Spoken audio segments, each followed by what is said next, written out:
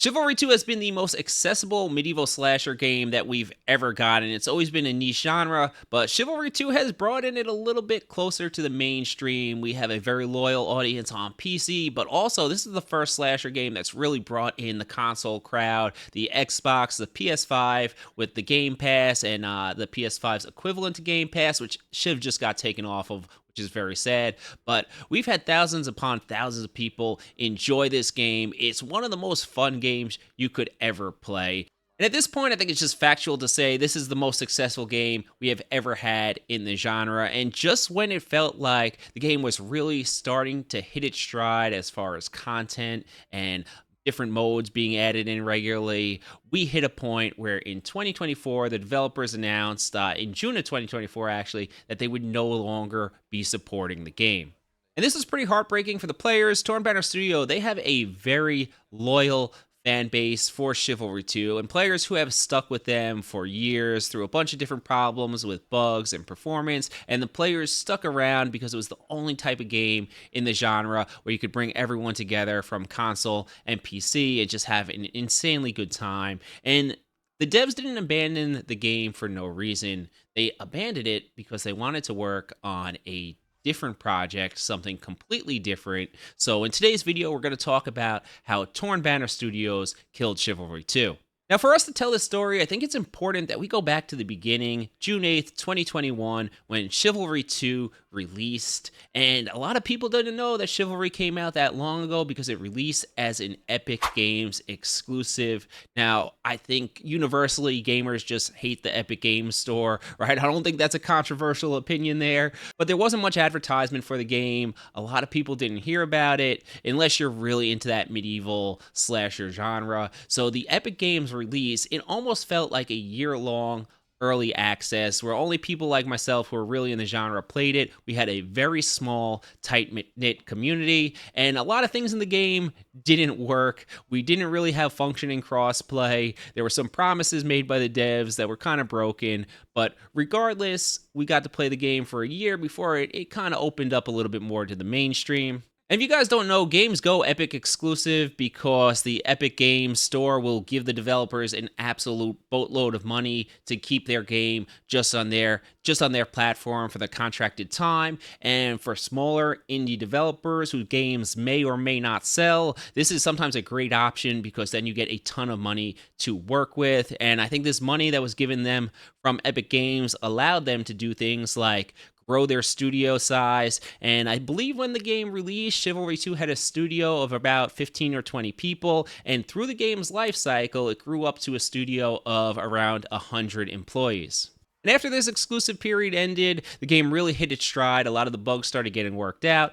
We got on Xbox Game Pass, which was absolutely huge for the game because a lot of people who would not have tried it out, because if you pay for the subscription, it's like Netflix, you get to play the game for free as long as you want after that. And then we, of course, got on Steam and we got on the PS5. What is it called? PS5 Pass. We got on that too. So a ton of people were brought into the game. We've had free weekends. There's been a lot of real good turnouts. The game's done well. They've released battle passes. I think the game really, with its final update, which at the time we didn't know was going to be a final update, but Regicide, it hit its stride of having a ton of different maps in the game, a ton of content, a ton of weapons. There were battle passes to grind. It felt like the game was really starting to hit the point where you could feel like it was close. It was close to getting some mainstream popularity. And while not the best indication of player numbers, the Steam charts do show that increase in interest because after the Regicide update, we had like 1,000% player increase on the charts. And the crazy thing about this is Steam is one of the smaller player bases for Chivalry 2, since a lot of the vets who still play on Epic Games, and our biggest audience is actually over on console. And our time in the sun, it would end pretty quickly, as just in July of 2024, the developers, they came on, they released a blog where they basically said that there's going to be no more updates, there's going to be no more support for Chivalry 2. And they alluded to games being produced in the Chivalry universe in the future, but there's no concrete information on that. It's just promises and speculation at this point. But this was basically, it was the end for us. Once a game doesn't get development anymore, you kind of know it's the end of the line. Things are just slowly going to deteriorate throughout the years. As a content creator, I knew for me that it's not good, right? Because I rely on those updates to make content to bring to you guys. And then people watch my videos when they come back for updates. And now, look, every game that's not like Counter-Strike, World of Warcraft, or Fortnite, it has a lifeline of popularity. And we all know it's going to end at some point, whether it takes 3 years, 5 years, or 10 years. But it felt like Chivalry 2 had a little bit more life in the tank. And I think the biggest thing that hurts here is the reason that the Chivalry 2 developers abandoned the game. And they started working on a game that I don't know if the genre was really right for them. It's a zombie survival game. It's the sequel to a famous mod called No More Room Left in Hell, and the game that they're working on is No More Room Left in Hell 2. Now, Torn Banner Studios are the masters, right? They're the top of the line of medieval melee combat games. There were probably a lot of options for them to make games. They could have made a single player RPG game in the medieval universe, maybe focus on realism that had insane melee combat. They could have made an extraction game. We saw the success of Dark and Darker. Dark and Darker was a great game for its time while it lasted. I thought the combat was terrible. Imagine a game like that with more open world, like Escape from Tarkov maps, but with chivalry type combat. Sounds amazing. Take my money. They could have started working on Chivalry 3, taken all they learned from Chivalry 2, and just released a banger of a game in a great state with no bugs. But they decided to work on this game called No More Room Left in Hell 2. And what this game is a co op zombie, I guess, extraction game.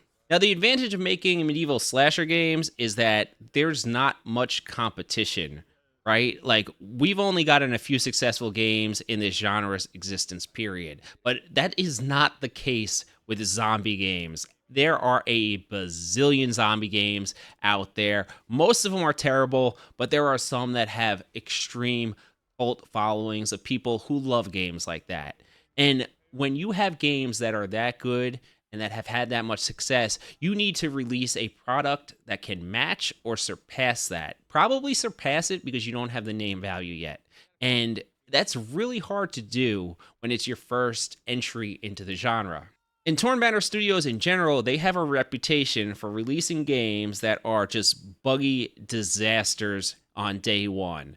Like Chivalry, Mirage, Chivalry 2, all of those games didn't have the cleanest launches that you're ever going to see. It took literal years to get some functionality in Chivalry 2 that should have been there from release, but since it's the only game out there, people are pretty patient and they're willing to look past those things because they just love the game so much.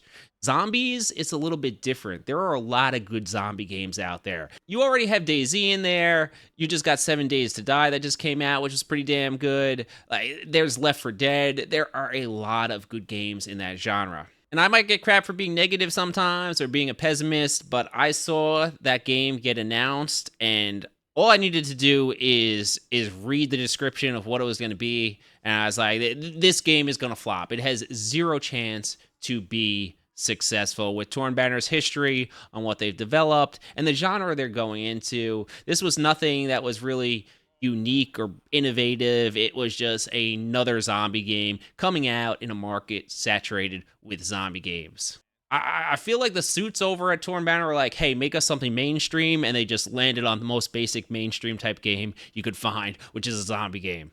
So yeah, our studio of 100 plus Torn Banner workers was finishing up No More Room in Hell 2. It finally released, and I think it went about as anyone could have predicted. First of all, it released into early access, which early access doesn't mean what it meant 10 years ago. In today's day and age, if you release an early access game, you're getting judged from day one. In my opinion, now early access means released.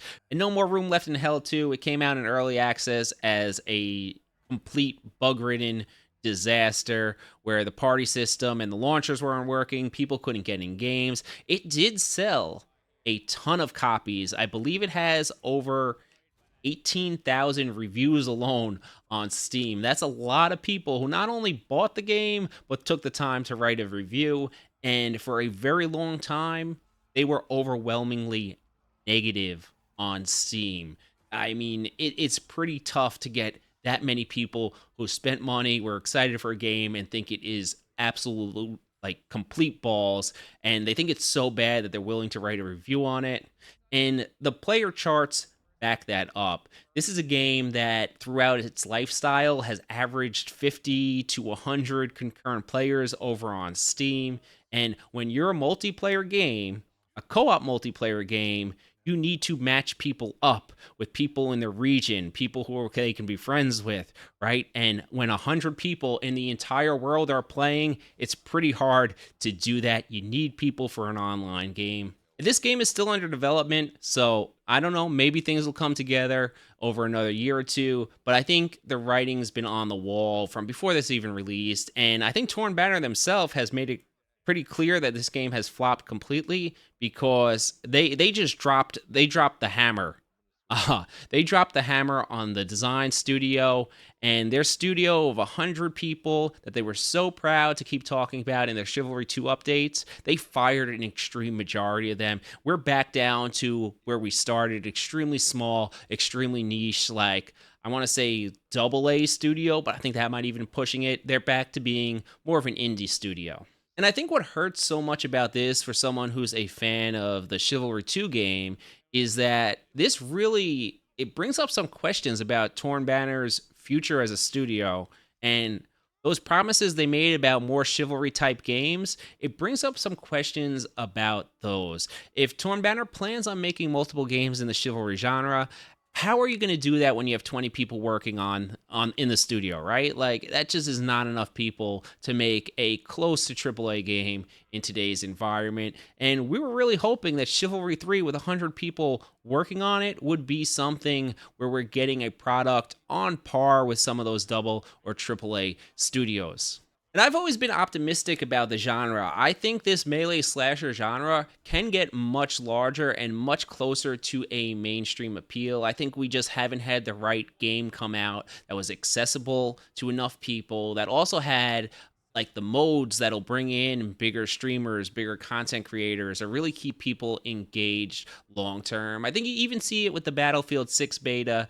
Players in kind of like respawn large warfare games, they don't stay engaged for as long as they do in those extraction games or those battle royale games that really give you that like dopamine rush. I know a lot of people burned out on the Battlefield 6 beta, even though to me it was an absolutely amazing game, but it felt a little repetitive to them. So I think the genre still has a lot of growing to do, and I thought that Torn Banner Studios was going to be the people to take us to that mainstream. I was excited for Chivalry 3, 100 people working on it. Sounds like they could really do some amazing things, but now I'm concerned. And I'm concerned because I feel like at this point, Torn Banner is going to have to go back to a Chivalry 3 because they're going to need to make up all the money that they lost in No More Room Left for Hell 2. So do we keep the cycle going of now we're going to release a half-baked, barely working Chivalry 3 game that needs to be in early access for a year, and by the time it gets good, they're ready to move us off to a different game? Like, let me know what you guys think. Did they just colossally screw up here, abandoning Chivalry 2 to go into the zombie genre? Should they have kept producing content for Chivalry 2? Should they have said, you know what, Chivalry 2 had its time in the sun, let's start working on Chivalry 3? What do you guys think Torn Banner Studios should have done? If you enjoy medieval content, I would appreciate if you guys subscribe. That's all we do over here. All right, champ out.